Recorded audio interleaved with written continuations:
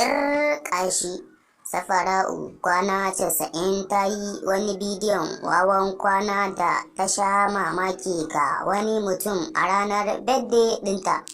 Don haka muna roƙon duk wanda bai yi subscribe ba ko kuma wanda yake so ya ga wannan bidiyo da za mu ɗora, sai ya danna subscribe sannan ku danna alamar ƙararrawar sanarwa ta yadda za mu sanar da ku da zaran mun ɗora wannan bidiyo.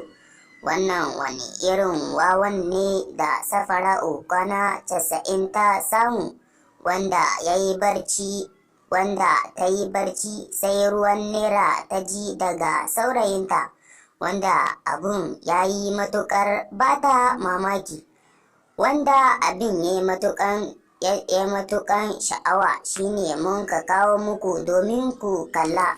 Saboda haka bidiyon yana nan za mu dora shi ba da dadewa ba, sai dai ga duk wanda yake so ya kalla wannan bidiyo sai ya danna subscribe sannan ku danna alamar ƙararrawar sanarwa ta yadda za mu sanar da ku da zaran mun dora wannan bidiyo.